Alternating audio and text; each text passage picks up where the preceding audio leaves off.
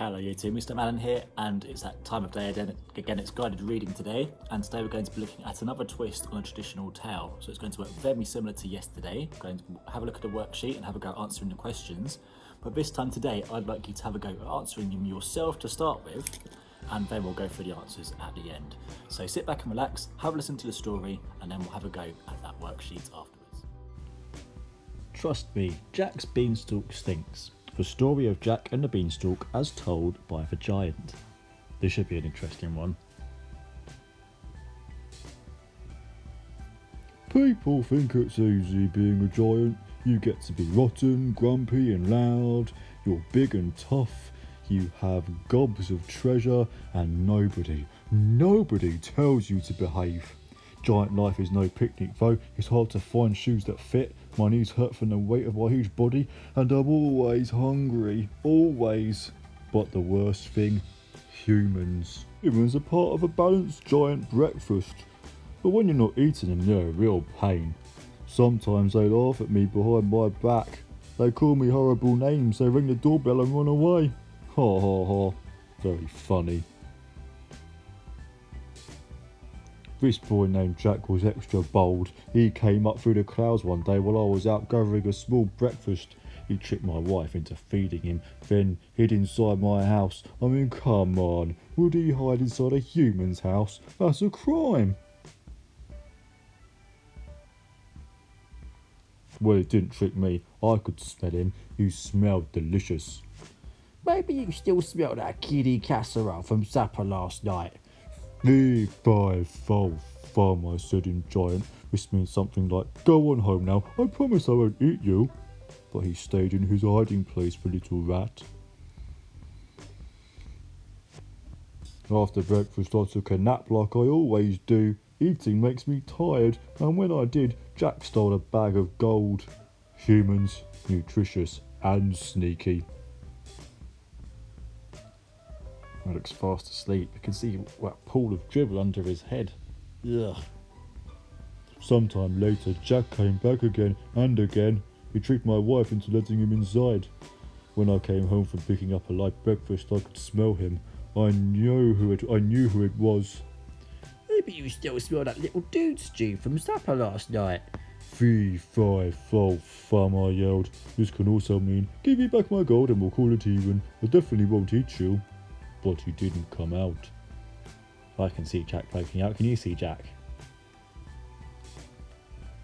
Can you spot him in the picture? Just behind the red towel. Just like before, I ate my meal and tried to forget about Jack. I relaxed with my goose, the one that lays golden eggs, and soon I took a little snooze. Of course, that pesky boy couldn't let a guy rest. You know what he did? He stole my goose, the lousy, no-good, miserable thief. Well, we can see Jack stealing the goose just in the bottom right corner. The last time Jack came around, I called out, fee, fi, fo, fum. This can even mean, darn it, I'm really angry now. My wife and I searched but couldn't find him. I kept looking, but soon I got hungry. Big surprise. After breakfast, I enjoyed some lovely music. My golden harp sang to me, and the sound was even sweeter than boy berry pie. I rested my eyes a bit, and I'd finally forgotten about Jack. I don't think it's going to last very long. Take a look at the window. Can you see him? The next thing you know, my harp is calling, Master! Master! Jack was running off with it, and I thundered after. I almost caught up to them too, but they disappeared into the clouds. And there it was, a big beanstalk. Jack was climbing down it. Well, I'm a smart guy. I know a dangerous thing when I see it. I didn't want to go down there. No way. But then my harp called out again. So down I went. Down, down. That stalk was wobbly, but I kept going. Well, I think we all know how this is going to end. The beanstalk shook once, twice, then toppled over. Jack had chopped it with an axe. I fell and broke my crown. That's an old-fashioned way of saying I whacked my head real good. Even if you're a big tough giant, that hurts. My wife said I should forget about Jack, but sometimes I still look through the hole in the clouds. Jack and his mother got rich selling golden eggs. They fattened up nicely, and Jack got married. My golden harp sang at the wedding. It was a lovely party. I'll tell you one thing, someday when my crown feels better, I'm going down there to get my stuff back. Maybe I'll grab lunch when I'm there too. So how was that story different from the original Jack and the Beanstalk story? Pause the video, have a think, and hit play when you're ready. Okay, I wonder what ideas he came up with. How is this story different from the original Jack and the Beanstalk? You might have thought that the giant was nicer in this story. He didn't want to hurt Jack, he was just trying to get his stuff back. And also, the humans weren't being very nice to him, so actually, if the giant was nicer than the humans in this story, the humans were being mean to him, so he was a bit sad. He was only trying to get his stuff back and he wasn't trying to hurt Jack. Also, we didn't actually hear about Jack and his mum and what was happening to them below the beanstalk. We didn't get to hear that Jack's mum was really poor and that Jack was worried about getting enough money to eat. Because we didn't know that, Jack seemed a bit mean and a bit cruel in this story. It seemed like he was just trying to steal it because he wanted to have a bit of a laugh. But actually, in the original story, he was stealing it because he needed to get things to feed his mum because they were running out of money. Also, it was interesting to see what happened to the giant in the castle and what was going on behind the scenes. We didn't realise that the giant was actually sleeping all the time and that he was always in pain and his shoes didn't fit. It sounds like the giant actually has quite a sad life, which we didn't really get to see in the original story. And it's also interesting working out what Fee Fi Fo Fum actually meant. So actually, Fee Fi Fo Fum could mean lots of different things, but we didn't get to find out what that meant in the original story either. So we found out lots of different things because we got to see what life was like for the giant.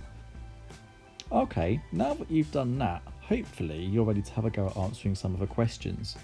Now the question sheet is ready for you under here, under this video, so you can print it out or you can do it online or on the computer. It's entirely up to you.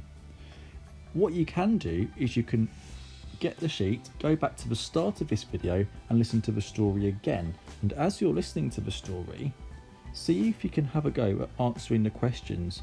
When you're reading the questions, you might think, oh, I've just found the answer, and you might want to include that and use that to answer the questions on your sheet. So your sheet should look something like this. Here we go. Question 1. Tick 3 problems that the giant has. He's always angry, his knees hurt, it's hard to find shoes that fit, he's always hungry. So you're looking for 3 problems. So go back to the start of the video and have a go at listening to the story and see if you can hear those 3 problems that the giant has. Question 2. Which word best describes the humans? Kind, tall, mean, or funny? So again, have a listen for when the humans turn up in the story and see if you can work out which word best describes the humans. Question 3. Tick 3 ways that the giant describes Jack. Bold, which is another word for brave, tired, little rat, or miserable thief. So 3 of those are in the story, and these are 3 ways that the giant describes Jack. See if you can find them in the video. And question 4, tick two differences between the story and Jack and the Beanstalk. So the giant eats humans, Jack seems sneaky and unkind, and the giant is sad. So which 2 of those are differences between the original story, Jack and the Beanstalk, and the story we just read? And after that, I'd like you to write down whether you liked the story and why. Okay, so pause the video, go back to the start of the video and have a go at answering those questions. And once you're done, come back to this point in the video and we'll go through the answers that you got. Okay, so hopefully by now you've gone back to the start of the video, watch the story again, and you're back to the point where we can go through the answers.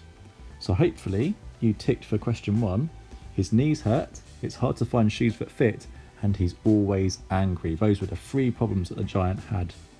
Which word best described the humans? Well, they're very unkind. They were saying some very unkind things to the giant. So they weren't kind, they weren't tall, they weren't funny, they were actually very mean. Okay, question 3. Tick 3 ways that the giant describes Jack. Was he bold, as in brave? Was he tired, a little rat, or a miserable thief? So hopefully you heard that he called Jack bold. He didn't say he was tired, but he did say he was a little rat and he was a miserable thief. Question 4. Tick 2 differences between this story and Jack and the Beanstalk. The giant eats humans. Well, he eats humans in Jack and the Beanstalk and this story, so that's not a difference. That's something that's the same.